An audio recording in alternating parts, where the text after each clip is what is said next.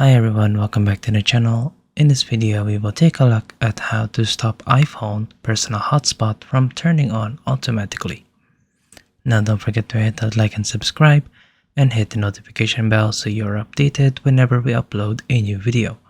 Go ahead and stick until the very end so you don't miss a single detail. Now Apple allows devices with the same Apple ID to automatically access your personal hotspot on your iPhone.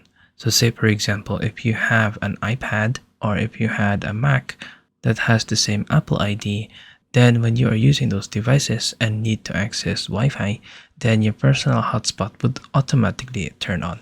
Now, how can you disable this? Well, the first thing is you need to disable this from your other devices. What you need to do is to remove auto join. So imagine that you're using your Mac or your iPad or another Apple device. All you need to do is go into settings and then you need to go into Wi-Fi. Now on the bottom you should be able to see auto join hotspot right here. Go ahead and click on this. Then you can set this to either ask to join or never. Never means that every time that you need to access this personal hotspot, it means that you need to keep adding the password. Or you can go ahead and go for ask to join, which you need to accept from the actual iPhone who has the personal hotspot.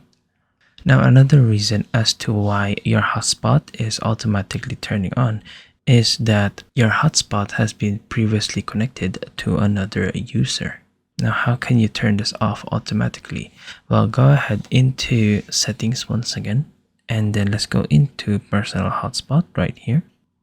And then on the top, you should be able to see allow others to join.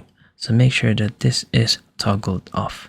If this is toggled on, it means that those who have previously connected to your hotspot can automatically join. Well, I hope that you have found this tutorial useful. See you guys next time.